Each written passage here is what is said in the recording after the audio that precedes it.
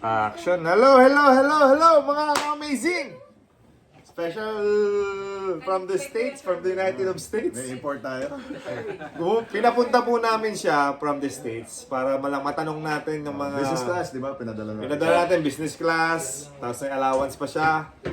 So, welcome! Di na nababu sa aming segment. Ang tawag dito, Chismisan by PBA Moro Club.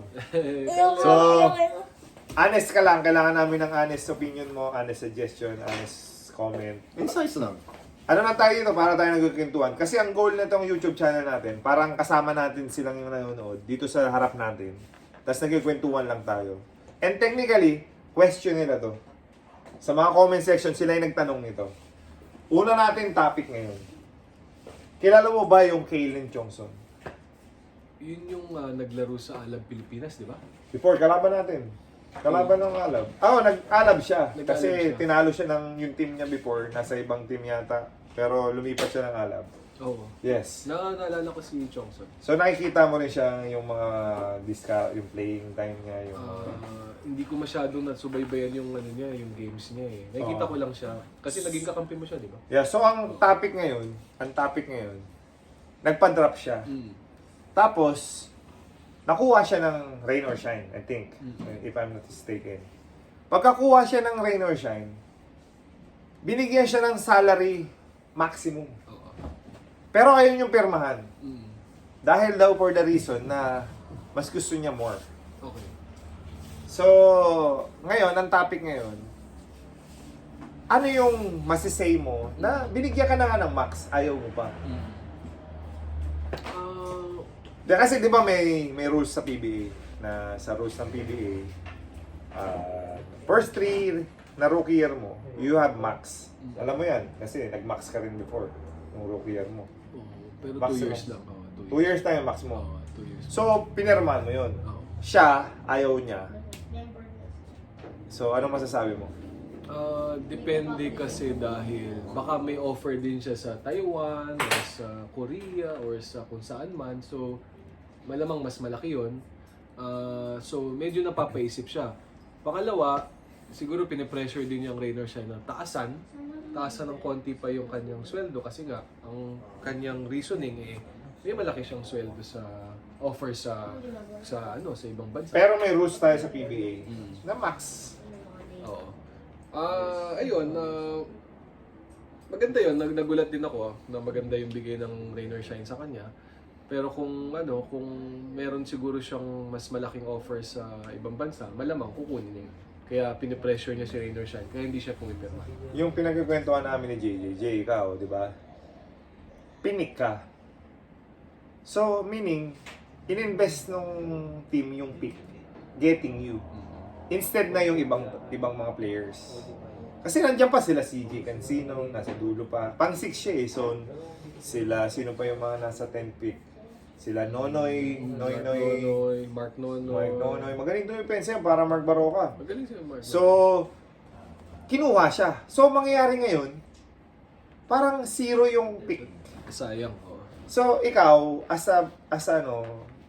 dapat, may rules ba dapat na dapat pagka nagpa-drop ka, obliged kang maglaro? Ikaw, as a JJ. Iba na kasi yung panahon na ngayon kaysa nung dati. Dati, sabi nga natin, when you get to the PBA, it's like a privilege, man. Kasi this was the only league eh. Diba? Na ngayon, ang daming competition ngayon. Pwede ka mag-Japan, mag-Korea, mag-Taiwan. Diba? Yan ang malaki yung bigayan dun. So, he's 32 years old, man. He has to make most of his time. As an old rookie. Diba? So, feeling ko, that's why na he's asking for, kasi nga, tama si Dylan. Malaki yung offer sa labas. And, ikaw naman, you have to strike while the iron's hot. Kasi sayang, baka in a few years, hindi nyo na makukuha yung big contract. Prime years. So. Prime years na siya eh. Kasi prime is 28 to 33. May 1 year, 1 year na lang siya. Pero as a big, mas mahaba yung prime ng big, di ba? Sa Philippines. Kasi konti lang ang malaki sa atin. So your question is, should there be a maximum rookie contract? Meron nga. So, ibig sabihin dapat, now that there's more competition, Taas nila. taas nila. Para sa lahat. Yes. Kasi nga, ang... Kasi you have to ano eh, hindi na may competition ng PBA. PBA is not the number one option now for our players. Diba? Overseas is parang number one na, parang ano na tayo eh, parang second option na lang eh. So if you wanna match the international teams, kailangan mo din match yung offer nila. Simple as that. Kasi, tingnan mo Kalen Johnson. Ako, nakalaban ko rin siya sa ABL. Di ba sabi mo, laro niya parang Rudy Hatfield? He is considered Rudy Hatfield. Yung galawan niya, yung role niya sa team. Anong height niya? Same, Rudy Hatfield. Mga 6'4"? Oh, 6'3"? so, Kalen Johnson, 6'5". More or less. Baka mas matangkad Oo, pa. si Rudy, 6'3" lang. Oh, 6'4". so, mas Pero matangkad siya kay Rudy malaki. Hatfield. Ganun siya gumalaw. Ganun yung role niya. Wala na siyang pakialam sa mga kung masasaktan siya. Physical player. 32 years old. Totoo, 32 years old siya. Pilam ba to? Pilam, yes. So, sino yung mag-init ang ulo na naman ngayon? Sa nangyayari? Rainer Shine. Sino yung coach na Rainer Shine? Coach Yeng. Sino yung naglalabas ng sentiment pag may sama yung loob niya? Coach Yeng. Okay, so, abangan na natin yung lalabas sa bibig ni Coach Yeng and lalabas sa mga Facebook news and everything. Expect na natin yung init na naman ng ulo ni Coach Yeng. Dahil unfair na naman. Mangyayari dyan, matatrade to. Saan siya mapupunta? Malamang. Dalawang option lang yan. Alam ko kung sino may gusto sa kanya. Sino? Tim Cone. Alam mo bakit gusto ni Tim Cone yan? Pilam. Baka, parang ikaw maglaro. Kasi gusto ni Coach Tim yung magaling makaintindi ng English. So ngayon, pansinin mo yung Ginebra. Puro films. Tama ako, hindi? Napapansin mo na ba? Oh, Ilan ang film sa Ginebra? Baka may 10 na eh. dami na. Pero sa iyo pa rin ako. Gusto ko Ito, feeling am lang. Laking am. Feeling ng am. Laking am. Bigat. So, Kalen Johnson, if makakapunta ka sa HQ namin, pag-usapan natin. Baka English, kasi... English. He has to do what he has to do, man. Hindi, ganito kasi yung sequence ngayon. Ganito yung sequence. Hindi mo mag-English? Kaya tayo naglalaro sa basketball. Gusto mo ba't dyan? Suy! Pinalaki sa... Kaya tayo nagbabasketball. Dahil for what reason? Siyempre, kaya tayo nagbabasketball para... Primary reason siyempre yung i-maximize natin yung talent na binigay sa atin ni Lord. Yan ang pinaka number one. Sumunod. Sumunod, siyempre, yan ang passion natin at love. Diba? At gusto natin mag-PBA. Sunod. Lloyd JJ. Siyempre, you wanna make money. Alright. Para mabuhay mo yung sarili mo or yung pamilya mo. Napaka-basic. Kung saan ka may opportunity, dun ka pupunta. Kaya hindi mo rin masisisi yung Kalen Johnson. Simple as that. It's very simple, man. Sana yung Rainer Shine, wag naman magalit sa... Hindi na siya bata. Hindi ko naman pwede sabihin sa bata dahil... Ako nga, nag-retire ako 33. So isang taon na lang. Pwede na. 32 years old. So nag-retire ako 33 years old. 32 na siya.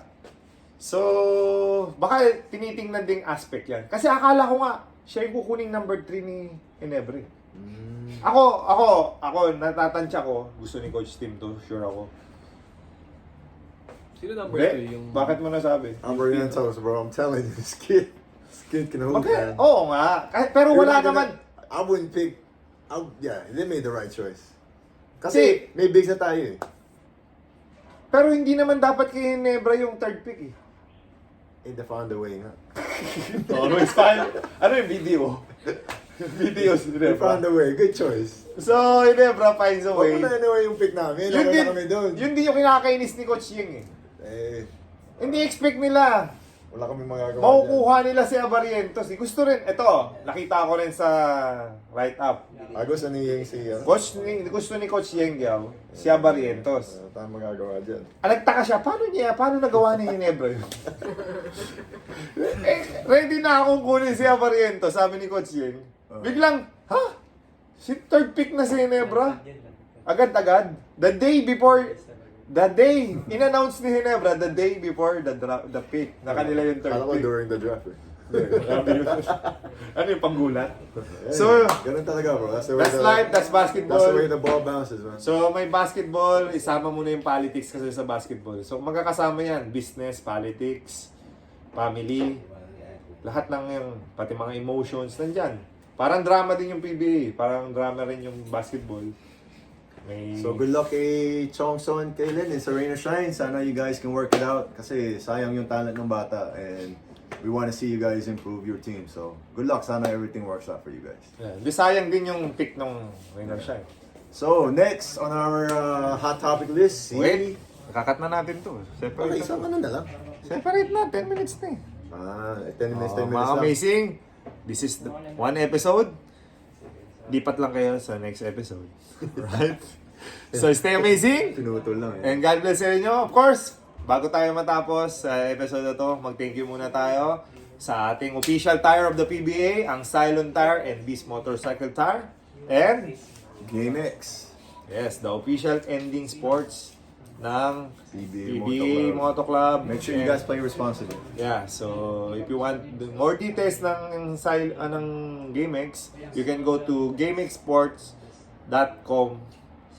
Makikita nyo lahat ng details kung paano laruin yung GameX ending, the official, the only ending game dito sa Pilipinas. Yes, sir. Okay. Alright? See you on Thank the you. next episode. Dito. Lipat lang kayo next episode. Roton, walang edit to ha. Mga amazing, please huwag kayong magalit sa amin kung may opinion kami na. Tama na yan. Tama na yan. Sige na, lipat na tayo. Kaya mo bang ano eh. Nagdadrama kasi ako. Kaya ang damang drama eh.